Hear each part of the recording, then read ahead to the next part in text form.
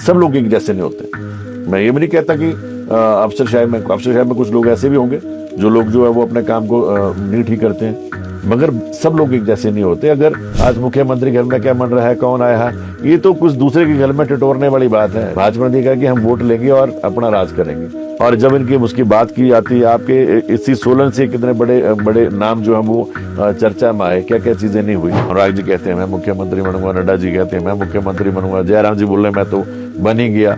ये 5 साल का जो टेनर होता है, वो 5 साल के टेनर को भी अपने आप बचा नहीं पा रहे। हर व्यक्ति उठ के ये सोचे कि मैंने मुख्यमंत्री बनना है, तो वो तो मुझे लगता नहीं कि ऐसा कुछ होता है। आपके लिए तो ये मिशन लोटे जो पहले वाला मेरे लिए तो बहुत मेरे लिए तो ये वरना ऊना में जो कानून व्यवस्था है वो बिल्कुल चरमराई हुई है। अपने ही सरकार के मंत्री पर या डिप्टी चीफ मिनिस्टर पर जो है वो वार कर देते हैं। एपिसोड वहाँ पे हुआ तो उनको भी उसमें धकेलने की कोशिश की गई। तो ऐसे हालातों में जो व्यक्ति अपना पक्ष रखता है, और हर व्यक्ति को अपना पक्ष रखने की जरूरत भी है कि उनको अपना पक्ष रखना चाहिए। जब से सरकार बनी है तब से पंगे ही पंगे हैं एक तरीके से। आपकी मानसिकता इतनी नीचे तक चली गई है कि आपके पास विषय कोई नहीं है। जयराम ठाकुर जी ने भी बीते कल जो है वो बयान दिया है कि 3 साल हो गए, 2 साल की गारंटी नहीं है, तो कभी भी कुछ भी हो सकता है सरकार का। आपको एक तरीके से सीएम सुक्खू का हनुमान भी जो है वो कहा जाता था। आज राजनीति में यहाँ तक पहुंचे हैं तो उसमें बहुत बड़ा योगदान उनका है। उनकी ब्लेसिंग के साथ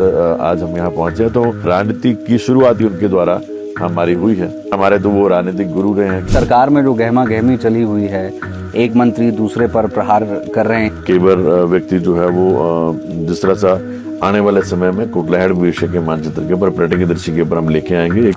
नमस्कार, लाइव टाइम स्ट्रीम में आप सभी का स्वागत है। मैं Manoj Thakur. Live time TV की पॉडकास्ट की विशेष सीरीज में, जैसा कि आप लोगों को मालूम है कि हिमाचल प्रदेश से जुड़ी हुई ऐसी हस्तियों से हम बातचीत करते हैं जिनका हिमाचल प्रदेश में कुछ योगदान रहा हो, बेहतरीन कार्य उन्होंने किया हो। नेताओं, राजनेताओं से, सभी से हम मिलते हैं और दिल खोल करके बातचीत करते हैं, गुफ्तगू करते हैं। आज हमारे साथ इसी कड़ी में एक स्पेशल मेहमान जुड़े हैं जो कि इस समय पर विधायक है कुटलहड़ के। हम बात कर रहे हैं विवेक शर्मा जी की। आपका लाइव टाइम स्ट्रीम में बहुत बहुत स्वागत है। धन्यवाद जी। शर्मा जी, बहुत सारे हमारे मन में सवाल है और उन सवालों का हम कोशिश करेंगे कि आप जो है वो अच्छे तरीके से जवाब भी देंगे, दिल खोल करके जवाब देंगे। और ऊना जिले से आप बिलोंग करते हैं, तो ऊना की जो राजनीति है वो अपने आप में अलग तरह की हो जाती है।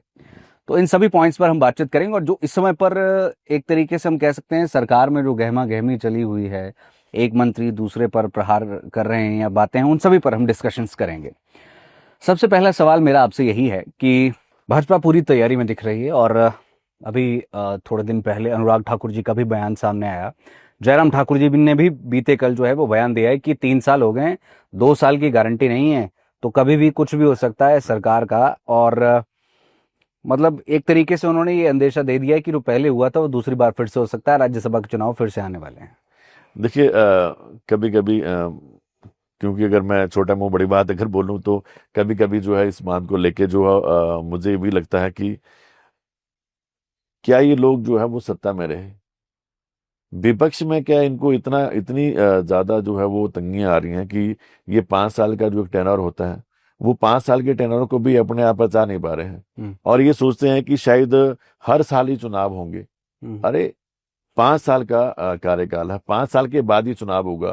आप हर बार कल्पना करते हैं कि शायद इस बार भी चुनाव हो जाए, हमें फिर मौका मिल जाए। मौका तो आपको दिया, और सब लोग जो 68 विधानसभा में चुनाव हुआ तो वहां पे सब लोग कांग्रेस के थोड़ा है, वहां के बीजेपी के लोग भी हैं। तो जहां पे जिस व्यक्ति की कार्यशैली अच्छी होगी, जनता ने उसको जिता के भेज दिया।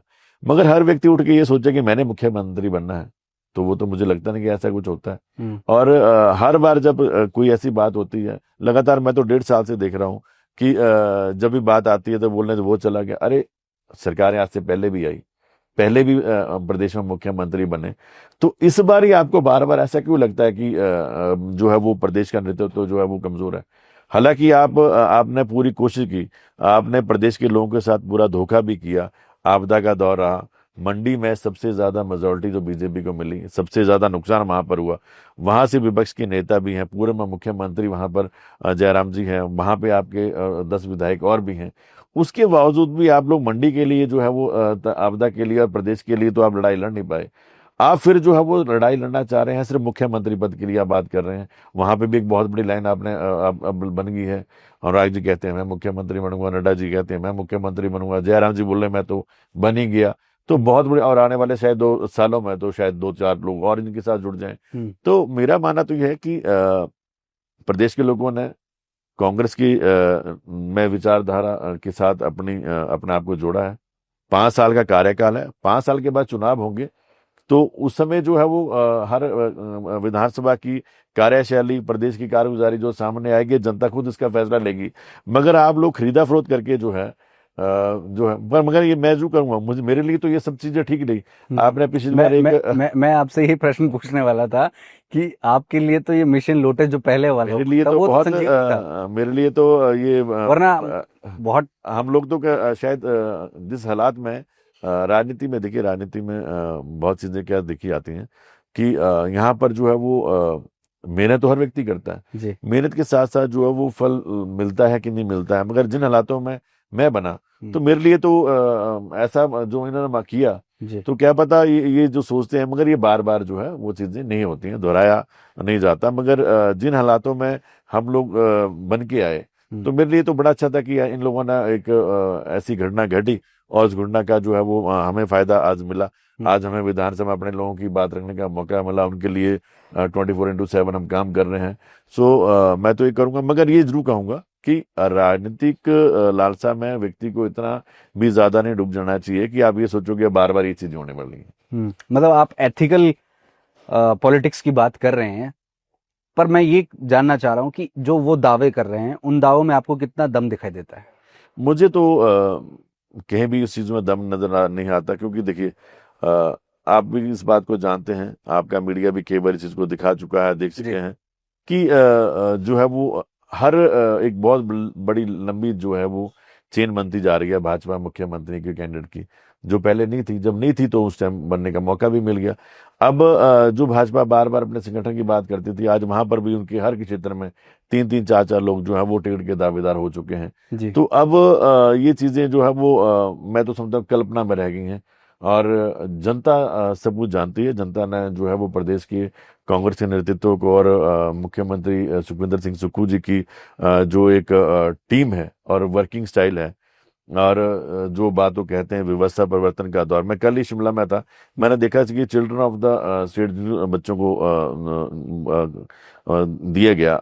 वो बच्चे जो है वो, जिन लोग बच्चों ने कभी कल्पना की, उनसे बच्चों जब पूछा गया कि आपने कभी हवाई यात्रा की, तो उन्होंने कहा कि हम में से किसने भी पहले हवाई यात्रा नहीं की। तो उन बच्चों को, तो वो व्यक्ति जिस सोच के साथ इस प्रदेश में काम कर रहे हैं, जिस सोच के साथ वो आगे, तो कहीं ना कहीं लोगों का एक विश्वास, लोगों का एक आशीर्वाद, एक ब्लेसिंग जो है वो आज इस सरकार के साथ है। और मैं समझता हूँ कि अब ऐसा कुछ होने वाला है नहीं। शर्मा जी, आपको नहीं लगता कि सरकार, चलिए आप कह रहे हैं कि बहुत बढ़िया काम कर रही है और बहुत सारे लोग मानते भी होंगे कि बहुत बढ़िया काम कर रही है, लेकिन जब से सरकार बनी है तब से पंगे ही पंगे हैं एक तरीके से। कभी प्राकृतिक आपदा आ जाती है, कभी मिशन लोटस हो जाता है या तैयार कोशिशें उसकी की जाती है, कभी मुर्गा आ जाता है, कभी टॉयलेट शीट आ जाती है। मतलब भाजपा को कुछ करने की जरूरत पड़ती ही नहीं है। देखिए मैं ये जरूर कहूंगा कि जब किसी के पास प्रदेश की जनता ना, आप किसी भी नेता को, जब मुझे अगर मेरे लोगों ने जिता के भेजा, तो कुछ सोच के तहत उन्होंने भेजा कि मैं वहां जाऊंगा और आपकी जनता की, क्षेत्र की जनता की आवाज उठाऊंगा और उनके कामों को हम करेंगे। मैं सोचता हूँ कि कैसे कैसे विषय लेके आते हैं।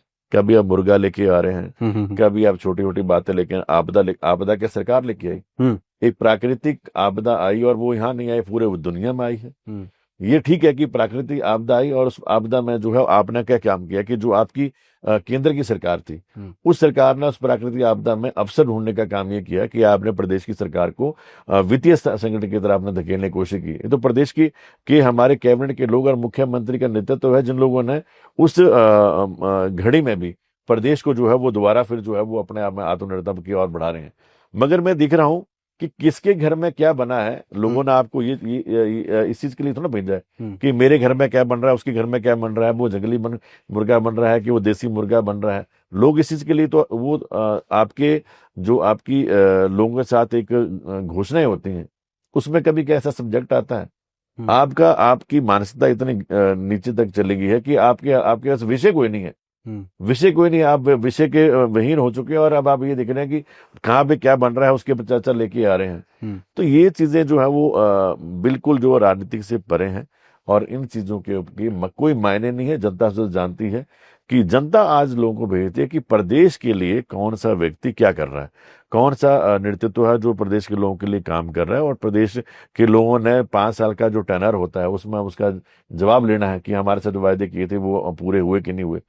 और वो उन चीजों को सरकार की उम्मीद होती है, ना कि सरकार ये बोलती कि आप ये देखिए उसके घर में आज मुख्यमंत्री घर में क्या बन रहा है, कौन आया है। ये तो कुछ दूसरे के घर में टिटोरने वाली बात है कि आप क्या देख रहे हैं कि वहां पे हो क्या रहा है। आप ये देखिए कि आपकी विचारधारा क्या थी, क्या आप करना चाहते हैं और आपका विजन क्या है, आप प्रदेश को कहाँ पे लेके जाना चाहते हैं।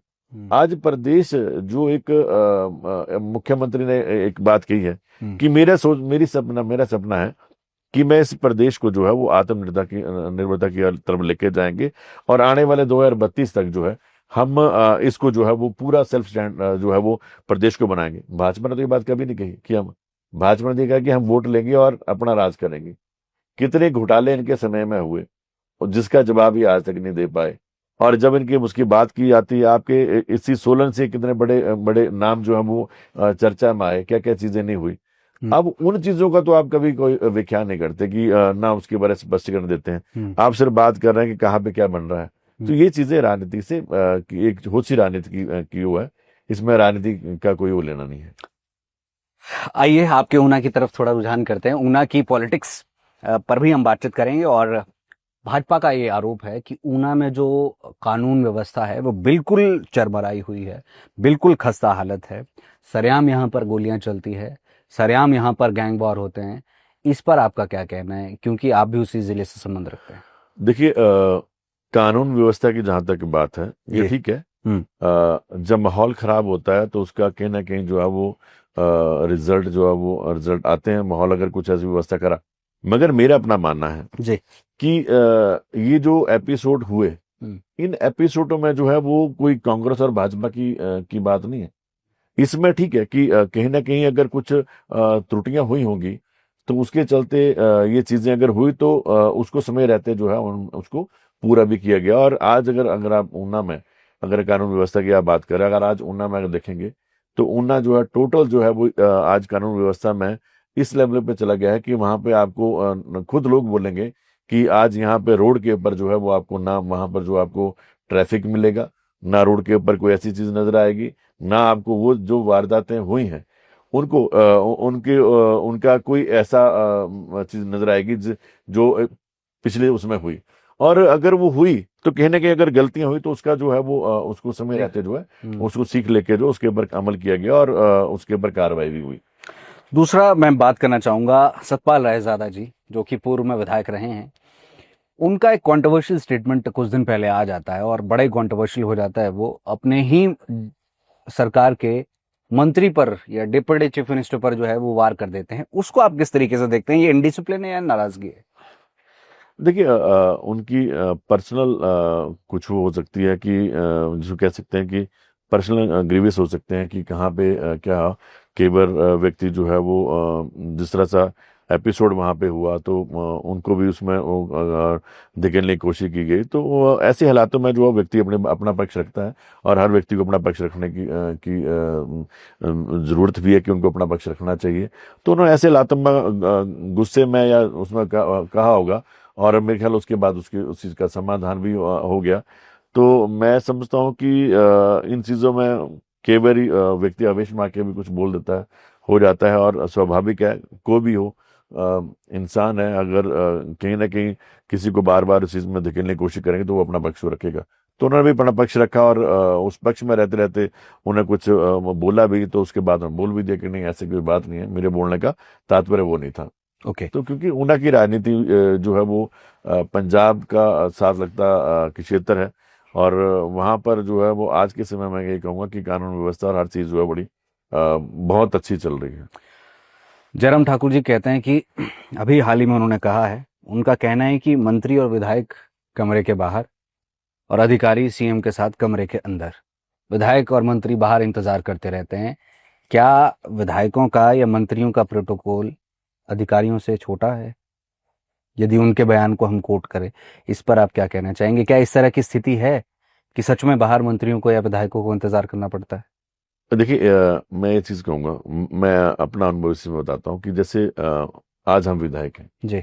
मुझे अगर लोगों का काम करवाना है और उसके ऊपर अगर कोई रूपरेखा तैयार करनी है, तो मुझे तो उन अधिकारियों के साथ बैठ के बात करनी पड़ेगी कि मुझे यहाँ पे अब क्रिटिकल केयर सेंटर की मुझे मंजूरी मिली है और इसका जो प्रारूप प्रारूप तैयार करना है, तो प्रारूप तो तैयार करने के लिए अधिकारी टीम के साथ बैठना पड़ेगा बिल्कुल। और वही उसके ऊपर प्रारूप तैयार करेंगे कि हमने इसको कैसे करना है, क्या क्या चीज हम उसके चाहिए। हम्म। क्योंकि लोकतंत्र में जनता जो है वो विधायक को बनाती है और विधायक ने जो काम करना है वो जो है वो एडमिनिस्ट्रेटिव लेवल के ऊपर एडमिनिस्ट्रेशन के लोगों के साथ बैठ के ही आप उसका प्रारूप तैयार कर सकते हैं। हम्म। तो अगर उनके साथ आप बैठेंगे नहीं तो उस चीज को आप अंजाम कैसे देंगे?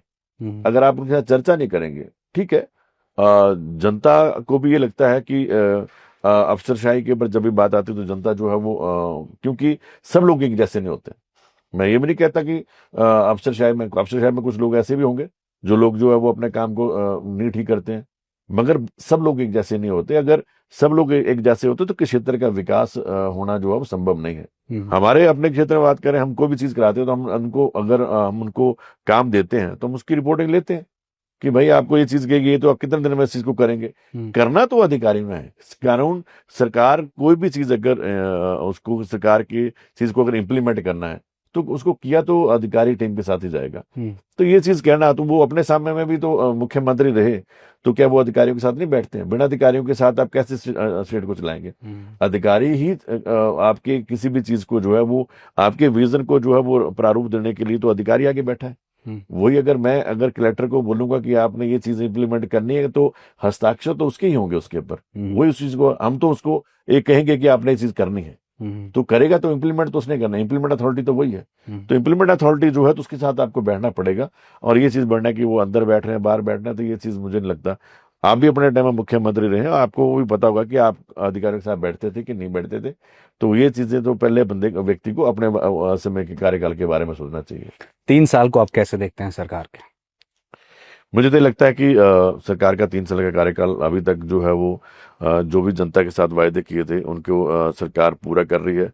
हालांकि वित्तीय स्थिति इतनी अच्छी नहीं थी, उसके बावजूद भी हमने किसानों को जो है वो अगर बात करें तो हमने किसान बागवानों को जो है जो दूध का हमने रेट था वो हमने दिया। गाय के दूध का, भैंस के दूध का, हल्दी की हमने बात की, प्राकृतिक खेती की हमने बात की। तो जो भी चीज़ें हमने कही हैं उन चीज़ों के ऊपर लगातार हम काम कर रहे हैं। जो भी वायदे जनता के साथ किए थे उनके ऊपर हम उनको पूरा करने की कोशिश की जा रही है। और ये भी मुख्यमंत्री ने खुद प्रदेश के लोगों को आश्वासन दिया है कि जो भी वायदे हमने किए हैं उनको समय रहते 5 साल के कार्यकाल में उनको पूरा किया जाएगा। आपको लगभग 1.5 साल यहाँ पर विधायक बने हुए हो चुका है लगभग। तो क्या आप अपने कुछ कामों पर प्रकाश डालना चाहेंगे कि आपने 1.5 साल में ऐसा क्या किया जो आपके जहन में एकदम से आता हो कि आपने कुटलेहड़ के लिए ये बड़ा काम कर दिया? देखिए, जिस तरह से आपने कहा कि 1.5 साल में मैं क्या कर पाया, 1.5 साल में मैंने कुटलैहड़ के लिए हमारे क्षेत्र की सबसे बड़ी समस्या जो है वो पानी की है। 15 करोड़ की लागत के साथ हमारी जो है वो पेयजल योजना हाल ही में स्वीकृत हुई है और मुझे लगता है कि आने वाले 10-15 दिन में जो है वो माननीय मुख्यमंत्री खुद उसका शिलान्यास करने के लिए आ रहे हैं। और इस योजना के साथ जो है वो किस क्षेत्र को जो है बहुत ज़्यादा फायदा होगा, जिसके साथ तकरीबन जो है वो हमारा एक जो बंगाना बेल्ट का जो हमारा पोर्शन है वहाँ पे लोगों को जो है पानी की समस्या जो उसके साथ जो काफ़ी समय से लंबित, अगर मैं बात करूं जब मेरे पिताजी विधायक थे तो उस समय में तकरीबन 23 परियोजना जो है उस टाइम पानी की बनी और उसके बाद एक बड़ी परियोजना जो है वो कांग्रेस कार्यकाल के समय में बनी। उसके बाद ये पहला परियोजना जो है वो आज माननीय मुख्यमंत्री ठाकुर सुखविंदर सिंह जी के आशीर्वाद से कुटलैहड़ के लोगों को जो है 15 करोड़ की लागत के साथ ये उठाओ पेयजल योजना स्वीकृत हुई है। और मुझे लगता है कि एक बड़ी योजना है कुटलैहड़ के लिए।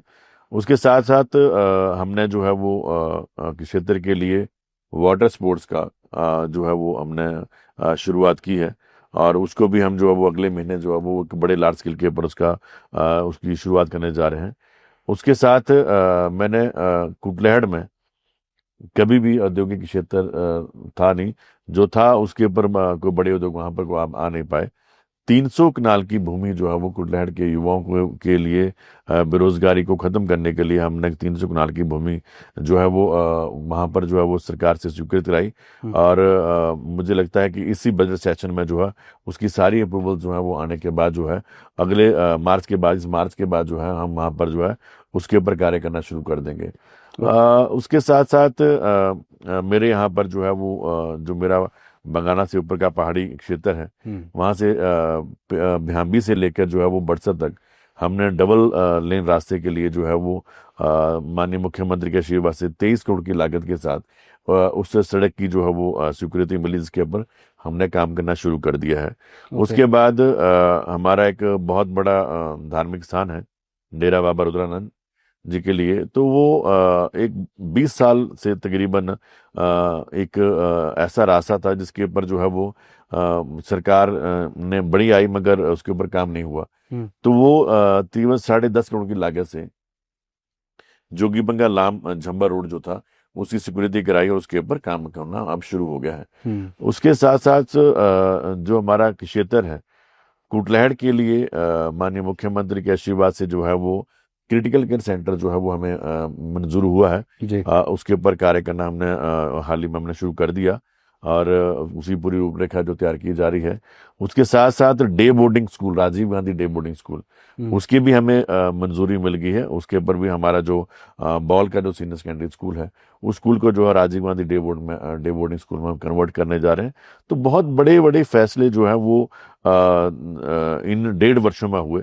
और उसके साथ साथ आपको मैं और चीज़ बताना चाहूँगा कि आपने भी देखा कि पिछले 2-3 सालों से जो आपदा का दौर जो चला, मैं उस इस पे आपदा के दौर में जी मैं इस पे बात करूंगा, लेकिन उससे पहले आपने औद्योगिक क्षेत्र की बात करी कि औद्योगिक क्षेत्र हम विकसित करने जा रहे हैं या इस पर वर्कआउट किया जा रहा है।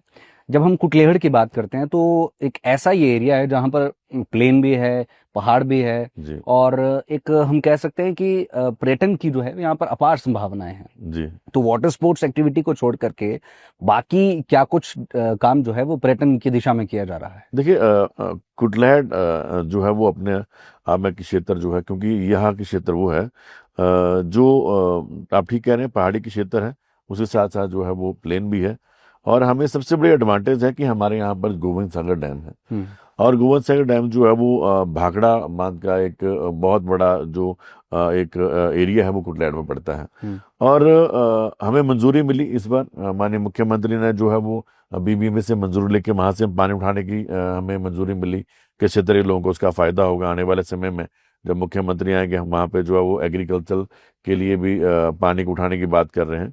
जहां तक पर्यटन की बात है, वाटर स्पोर्ट्स के साथ साथ वहां पर जो है हम्म, वो टूरिज्म पॉइंट ऑफ व्यू से उसको इतना बड़ा डेवलप करने जा रहे हैं। वहाँ पे होटल्स और वहाँ पे डोम हाउसेस और क्रूज शिकारे जो है वो उस नदी में जो है वो एक वाटर स्पोर्ट्स का एक बहुत बड़ा सेटअप हम शुरू करने जा रहे हैं। क्योंकि मेरे साथ का जो क्षेत्र है वो पंजाब का क्षेत्र हम्म, है और पंजाब ही हमें सबसे बड़ा रेवेन्यू जो है, पंजाब हरियाणा जो हमें रेवेन्यू देता है। तो हमारा, क्योंकि मेरे वहाँ पे हमारे धार्मिक स्थान भी हैं, तो लोगों का जो है वो वहाँ पर जो है बहुत ज़्यादा आना जाना रहता है। हम्म। तो मुझे लगता है कि हम बहुत ज़्यादा फोकस हम उस चीज़ के ऊपर कर रहे हैं और बहुत जल्द उसको डेवलप करके हम लोगों को वहाँ पर किस तरह से लेके आएंगे, उसके लिए जो है वो पूरी कार्यप्रणाली बन रही है। मैं ये जानना चाह रहा हूँ, कुटलेहड़ जैसी खूबसूरत जगह आज दिन तक पर्यटन की दृष्टि से जब हम बात करते हैं तो क्यों वो विकास नहीं हो पाया, या क्यों वहां पर जो है वो नजर नहीं पड़ पाई? क्या लगता है आपको? देखिए मैं एक चीज़ क्षेत्र के लोगों से बात भी करता हूँ इसके बारे में। क्योंकि जब मेरे पिताजी विधायक थे, लास्ट दौर चुनाव का 1985 और 90 के बीच में रहा, हम्म, लठैनी मंदली पुल एक बहुत बड़ा कुटलैहड़ का एक मांग थी लोगों की। हम्म, तो लठैनी मंदली पुल का उस समय तत्कालीन मुख्यमंत्री वीरभद्र जी थे और मेरे पिताजी ने उस पुल का पूरा निरीक्षण करा के वहां पर उसका सर्वे का काम शुरू कर दिया, मगर वो कहीं ना कहीं राजनीति के आड़े चढ़ गया। हम्म, और हालात ये हुए कि अब जाके जब ये कार्यकाल आया तो माननीय मुख्यमंत्री साहब हमने बार बार बात की और मौका मिला, क्योंकि मुख्यमंत्री हमारे मेरे विधानसभा के साथ लगते क्षेत्र से हैं, तो उन्होंने भी इसके ऊपर बात की। और सबसे पहले बड़ी उपलब्धि हमें ये भी मिली, जो आप उपलब्धि की बात कर रहे थे, कि लठियानी मंदली पुल जो 920 करोड़ की लागत से बनने जा रहा है, वो उसका पैसा भी हमें, उसके ऊपर काम करना हमने शुरू कर दिया। पिताजी का सपना पूरा हो रहा है मतलब। बिल्कुल। आज जो चीजें 20 साल तक जो राजनीति की आड़े में चढ़ कर जो है, क्योंकि वो सोच कांग्रेस की थी, तो उस चीज को जब बार बार उन्होंने जो है वो पीछे किया, तो जो आप बात कर रहे हैं कि इसके ऊपर क्यों नहीं चर्चा की गई कि कुटलैहड़ जो पर्यटन की दृष्टि से आगे बहुत बढ़ सकता था, तो आज ये क्षेत्र जो 20-25 साल पीछे चला गया। अगर इस कंटिन्यूटी में अगर वो रहते और कांग्रेस की विचारधारा के साथ अगर इसमें काम हुआ था, तो कुटलैहड़ के युवाओं को तो बाहर जाने, रोजगार के लिए बाहर जाने की जरूरत भी नहीं थी। हमारे कुटलैहड़ में ही इतना रोजगार के आयाम स्थापित होते कि हमारा युवा जो वहीं काम करता। तो क्या आप ये एश्योरेंस दे सकते हैं कि अभी जो आगे 2 साल का कार्यकाल है, आप कुटलैहड़ को पर्यटन हब बना देंगे एक तरीके से? मैं देखिए, बात कई बड़ी होती है। मैं ये नहीं कहता कि जी 2 साल तो बहुत लंबा आप टाइम बोल रहे हैं। हम तो आने वाले 2-3 महीने में इसके ऊपर इतना बड़े स्किल के ऊपर इसको शुरू करने जा रहे हैं कि अभी भी हमारे युवाओं को वहाँ पर रोजगार मिलना शुरू हो गया। वहाँ पे जो है वो अभी हमारे बोटिंग होनी शुरू हो गई है। अभी हमने जो एयर बैलून्स का वहाँ पे कॉन्सेप्ट लेके आ रहे हैं, और वहीं पे जो हम क्रूज़ की भी वो कर रहे हैं। क्रूज़ को भी हम बहुत जल्दी वहाँ पे जो है इंस्टॉल कर देंगे, ताकि लोगों को उसका फ़ायदा हो। मुझे लगता है कि 6 महीने में और साल के अंदर अंदर जो है वो जो डैम हमारा गोविंद सागर डैम है, वो एक अच्छी छावनी के रूप में जो है वहाँ पे वाटर स्पोर्ट्स में नजर आना शुरू होगा। प्राकृतिक आपदा जिस पर आप बात कर रहे थे, मैं ये जानना चाह रहा हूँ कि कितना नुकसान हुआ। नुकसान तो बहुत ज़्यादा हुआ, हालांकि जब मंडी और कुल्लू की हम बात करते हैं या फिर शिमला की बात करते हैं, वहाँ बहुत ज़्यादा हो गया, तो वो दब कहीं ना कुटलैहड़ का जो है वो एक तरीके से दब गया। तो वहाँ पर कितना नुकसान हुआ और कितने लोगों को राहत मिली? आपको याद होगा विधानसभा का दूसरा दौर, मुझे जब 1.5 साल के बाद जब आया, जी। तो आने के बाद जब विधानसभा मुझे बोलने का मौका मिला, तो हमने एक बात रखी कि ये ठीक है कि मंडी के क्षेत्र में जो है वो बड़ी आपदा आई और बहुत नुकसान हुआ, मगर इस बार की जो बारिश हुई उसमें कुटलैहड़ के लोगों का बहुत ज्यादा नुकसान हुआ। और हमने बात रखी, और मैं फिर धन्यवाद करना चाहूंगा मुख्यमंत्री जी का, कि उन्होंने जो है वो पूरे प्रदेश में एक डिजास्टर एक्ट के तहत जो है वो पूरे प्रदेश को देखा कि जहां जहां भी नुकसान हुआ उन सब लोगों को जो है वो उसी तादार के मंडी में लोगों को 7 लाख रुपए मकान का डैमेज का मिला, पार्शियल डैमेज का पैसा दिया गया, जो भी नुकसान हुआ। तो मेरे क्षेत्र में जो नुकसान हुआ, उसका नुकसान के लिए जो पैसा आया, 3 करोड़ की राशि, तकरीबन 650 परिवारों के लिए, जो अभी कुछ पैसा भी बढ़ना है, मगर जो पैसा मैंने अभी तकरीबन 300 परिवारों के लिए बांटा, वो तकरीबन 3 करोड़ 30 लाख रुपए हमने जो लोगों को बांट दिए। इसमें आपके फुली डैमेजेस मकान थे, पार्शियल डैमेजेस मकान थे, उनको पैसा दिया, और बाकी लोगों के जो कैटर शेड का पैसा है या छोटा छोटा नुकसान इनका हुआ, इनके घरों में पानी चला गया, वो पैसा भी हमने और देना है। तो आज मेरे क्षेत्र के लोग तो बहुत धन्यवादी हैं प्रदेश के मुख्यमंत्री का। देखिए, मैं आपके चैनल के माध्यम से एक बात जरूर कहूंगा कि आपदाएं पहले भी आई, मगर ये पहली बार हुआ कि प्रदेश की वित्तीय स्थिति इतनी अच्छी ना होने के बावजूद भी मुख्यमंत्री ने जो चीज कही, उस चीज को पूरा करते हुए प्रदेश के लोगों को, आज से पहले क्या होता था, जब भी कुछ फाइनेंशियल मूवमेंट की बात की जाती थी, जब चुनाव आता था, तो चुनाव के समय में वो पैसा दिया जाता था। मगर अभी चुनाव को 2 साल है, उसके बावजूद भी मुख्यमंत्री ने वो पैसा दिया, और हमारे लोगों को जो है वो पैसा मिल भी गया, डायरेक्ट उनके खाते में पैसा जा रहा है।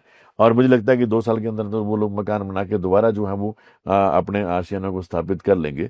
तो ये बड़ी बात रहती है कि कुछ चीजें राजनीतिक तौर के ऊपर, जब हम फाइनेंस की बात करते हैं, तो राजनीतिक तौर के ऊपर जो चीजें बोली जाती हैं उनको समय रहते अगर पूरा कर दें, तो उस चीज से ये साबित होता है कि ये व्यक्ति, ये सरकार जो है वो वोट के लिए राजनीति नहीं कर रही है, ये यहाँ पर ये भी एक तरीके से माना जाता है कि विवेक शर्मा जी सीएम सुक्खू के बड़े खास है, बड़े करीबी है। इस बात में कितनी सत्यता है और क्या है आपका, जरा आप अपने रिश्ते के बारे में बताएं। देखिए, मैं तो ये कहूंगा कि राजनीति में जी ये ठीक है कि मेरे पिताजी भी विधायक थे जी, मगर राजनीति में जो एक शुरुआती दौर है, उस शुरुआती दौर में जब मैं छात्र राजनीति से मैंने जब शुरुआत की, जी, तो मैं जब पहली बार एनएसयूआई का अध्यक्ष बना, उस समय से लेकर आज तक हम उनकी टीम में काम कर रहे हैं। उन्होंने मुझे छात्र राजनीति में एनएसए का जिलाध्यक्ष बनने का मौका दिया।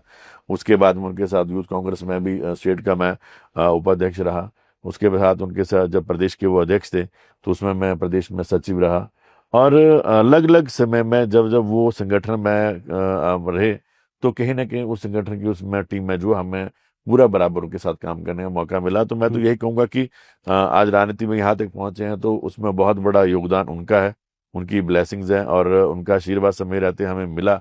आज हम विधायक हैं तो उसमें भी जब ऐसा दौर आया और ऐसे दौर में जब हम विधायक बने तो उनकी ब्लेसिंग के साथ आज हम यहाँ पहुंचे हैं। तो ये ठीक है कि राजनीति की शुरुआत ही उनके द्वारा हमारी हुई है। तो हमारे संबंध शुरू से ही एक अच्छे रहे हैं और हमारे तो वो राजनीतिक गुरु रहे हैं कि और के रूप में भी रहे हैं कि जो भी हमने सीखा उनसे सीखा। बाकी कांग्रेस पार्टी के साथ हमारा हम पारिवारिक कांग्रेसी हैं, विचारधारा कांग्रेसी है। मगर एक चीज जरूर है कि शुरुआती दौर से लेकर आज तक उनके साथ सफर में काम कर रहे हैं। सरकार इस समय पर घिरी हुई है और आपको, जैसा कि आप अपने रिलेशंस की भी बात कर रहे हैं कि सरकार के साथ या सीएम सुक्खू के साथ जो है वो आपके बड़े अच्छे रिलेशंस हैं, और जब आपको टिकट मिला था तो उस समय पर आपको एक तरीके से सीएम सुक्खू का हनुमान भी जो है वो कहा जाता था। लेकिन अब सरकार इस समय पर घिरी हुई है अपने ही मंत्रियों को लेकर के। तरह तरह के बयान सामने आ रहे हैं। मैं सीधा मुद्दे की बात करूंगा।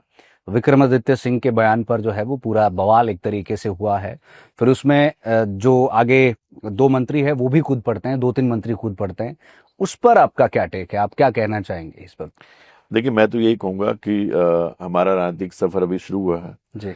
और ये लोग राजनीति के अलग अलग पड़ाव से बहुत आगे हमारे से हैं। और राजनीतिक उनका अपना अपना जो है वो एक मैं कहता हूँ कि वर्जन होता है कि विजन होता है कि वो किस उसके ऊपर बात कर रहे हैं और उन्हें क्या लगता है।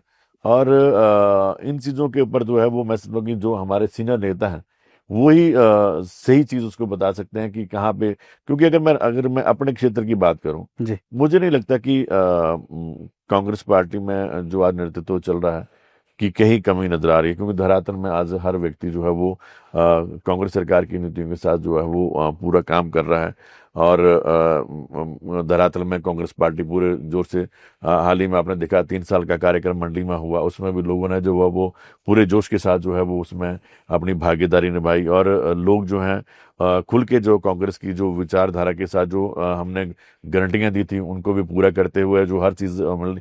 तो कहीं ना कहीं बाकी तो राजनीतिक विरोध होते हैं, अपने परिवार में बातें होती हैं, वो पारिवारिक राजनीतिक बातें हैं और उनको समय रहते वो पूरा भी होता है। और मुख्यमंत्री खुद इस चीज के ऊपर अपना जवाब और दे चुके हैं। तो मैं तो समझता नहीं कि इसमें हमारा कोई बोलना ज्यादा मैं आपसे ये जानना चाह रहा हूँ कि वैसे हर हर कोई व्यक्ति इस समय पर इस पर बात कर रहा है। एक आम इंसान की भी जब हम बात करें तो वो भी इस पर कह रहे हैं कि ये है या वो है। आप इसको सरकार के तौर पर किस तरीके से देखते हैं? कि आपने ठीक कहा कि आपके घर के अंदर की चीजें हैं और सॉर्ट आउट भी हो जाएगी, लेकिन जो ये चीजें चल रही है इनको आप देखते हैं किस तरह से, कितनी सही कितनी गलत? नहीं, ये ठीक है कि मीडिया के माध्यम से या कुछ बातों को आगे आ रही हैं, हर एक दूसरे का नाम लेके जो है उन चीज़ों को आगे लाया जा रहा है या बात की जा रही है। मगर मैं तो यही कहूँगा कि सरकार का तालमेल आपस में बहुत अच्छा है। सभी लोग अपने अपने विभागों में अच्छा अपना काम करने की कोशिश कर रहे हैं, कर भी रहे हैं।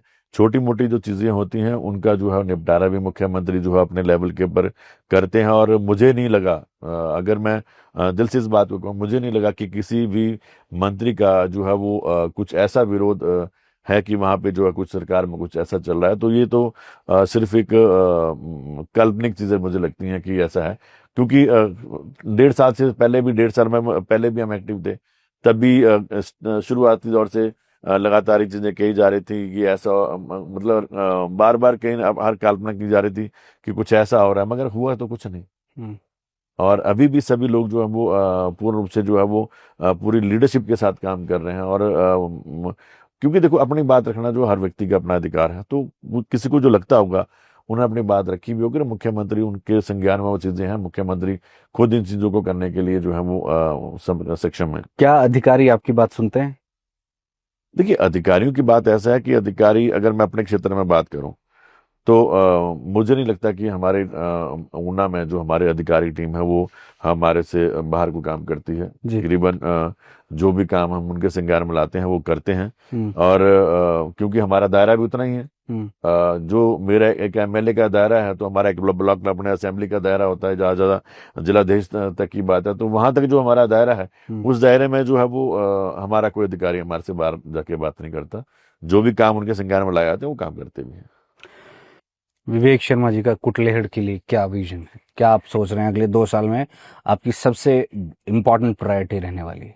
मेरा तो अपने क्षेत्र के लोगों के साथ एक वायदा था और उसी वायदे के ऊपर मैं काम कर रहा हूँ कि अगला चुनाव लड़ने से पहले मुद्दा पानी का नहीं होगा। पानी के मुद्दे को पूर्ण रूप से जो हल करके जो है वो अगली बार अगले 2 साल के अंदर अंदर हमने क्षेत्र में जो पानी की समस्या है उसका समाधान करना है।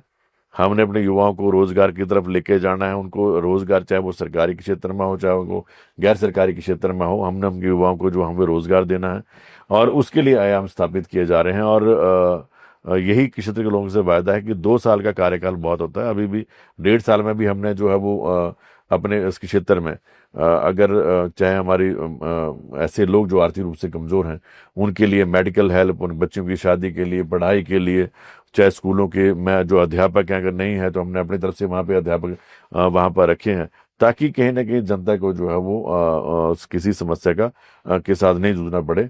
लगातार उसके ऊपर काम कर रहे हैं और यही कहूँगा कि 2 साल के अंदर लोग विश्वास बना के रखें। हमने अपने क्षेत्र में बिजली के ट्रांसफार्मर लगातार लग रहे हैं, तकरीबन 50 से ऊपर ट्रांसफार्मर जो मैं अभी तक लगवा चुका हूं। और वायदा किया है 3 फेस लाइन जो है हमने जो है वो हमने हर क्षेत्र को 3 फेस लाइन के साथ जोड़ना है। तो पानी बिजली की जो मूलभूत सुविधाएं हैं, आदर्श हॉस्पिटल हमारा थाना कला है, उसमें हमने जो है वो अल्ट्रासाउंड का वायदा किया था। अल्ट्रासाउंड, ब्लड टेस्टिंग मशीन है, एक्सरे मशीन है, ये सब चीजें जो है वो हमने 2 साल के अंदर अंदर जो है वो स्टाफ प्लस आज भी स्टाफ है मगर जो उसके साथ जो एसेसरीज रहती हैं उनको पूरा करके जो है वो जनता को देंगे और जनता को आने वाले समय में स्वास्थ्य, शिक्षा और पानी का जो है पूरा भरपूर जो है वो साफ की जाएगा। मेरा अंतिम प्रश्न आपसे ये है कि विवेक शर्मा जी क्या शिमला में ही रहते हैं कि अपना कॉन्स्टिट्यूएंसी में भी जाते हैं? कब जाते हैं, कितने दिन? मैं महीने में सिर्फ 3 बार शिमला आता हूँ। इसमें मेरे दिन फिक्स हैं, जब मेरी विधानसभा की बैठक रहती है, जो हमारी विधानसभा की समितियां होती हैं उनकी बैठकें 3 दिन होती हैं, 3 बार होती हैं, तो मैं 3 टर्म में ही 3 दिन के लिए आता हूँ शिमला, जिसमें 2 दिन का होता है, 6 दिन का मेरा प्रोग्राम शिमला का होता है। और उसके अलावा मेरा पूरा जो समय है वो विधानसभा क्षेत्र में होता है। सुबह 7 बजे से लेकर रात को 11-12 बजे तक हम लोगों से मिलते हैं, लोगों के कार्यक्रम में जाते हैं, चाहे सामाजिक कार्यक्रम है, चाहे मेरा अपना कार्यालय में रोज लोगों से मिलता हूँ, सुबह भी मिलता हूँ, शाम को मिलता हूँ, दिन में लोगों के जो सामाजिक कार्यक्रम उनमें जाते हैं। और शिमला का सिर्फ मेरा जो काम है वो सिर्फ जो मेरी समिति की बैठकें होती हैं उस दौरान ही होता है, उसके अलावा मैं शिमला नहीं आता। अच्छा, मतलब ऐसा नहीं कि जैसे कई विधायक होते हैं कि वो शिमला मंत्री और मुख्यमंत्रियों के आसपास ही घूमते रहते हैं? नहीं, क्षेत्र के लोगों ने हमें जिम्मेवारी क्षेत्र की दी है और उस चीज को जो है वो शिमला में जो उनके दस्तावेज हैं उनके ऊपर काम करने के लिए मुझे 5-6 दिन शिमला के लिए मिल जाते हैं और साथ साथ में हमारी समिति की बैठकें अटेंड हो जाती हैं, उसके दौरान मैं शिमला नहीं आता। चलिए, बहुत बढ़िया है और हम उम्मीद करते हैं कि कुटलेहड़ एक टूरिज्म हब बने, क्योंकि वहाँ पर अपार संभावनाएं हैं और आपका ये कहना कि हम उस पर वर्कआउट कर रहे हैं, तो हम भी जो है वो यहाँ यही उम्मीद करते हैं और विकसित आपका विधानसभा क्षेत्र हो। आपने दिल खोल करके आज बातें हमारे साथ की, बहुत अच्छा लगा। आप देखेंगे आने वाले समय में कुटलैहड़ जो गोविंद सागर विश्व के मानचित्र के ऊपर है, आने वाले समय में कुटलैहड़ भी विश्व के मानचित्र के ऊपर पर्यटन की दृष्टि के ऊपर हम लेके आएंगे। एक सोच के आधार के ऊपर काम कर रहे हैं और देखिए किसी भी चीज को प्रारूप देने के लिए समय लगता है और अगर हम सोचें कि हम एकदम उस चीज को कर देंगे, मगर ये है कि एक सोच के तहत काम कर रहे हैं और जल्द जो है उसके ऊपर जो है वो जनता को जो है वो चीजें समर्पित की जाएंगी ताकि लोगों को उसका फायदा हो। क्या बात है, बहुत बढ़िया, और होना भी चाहिए। एक नेता का यही जो है वो कर्तव्य और दायित्व बनता है। आपने अपना कीमती समय दिया, दिल खोल करके बातचीत हमारे साथ की, आपका बहुत बहुत धन्यवाद। थैंक यू जी। देखते रहिए life times TV for true nest reporting.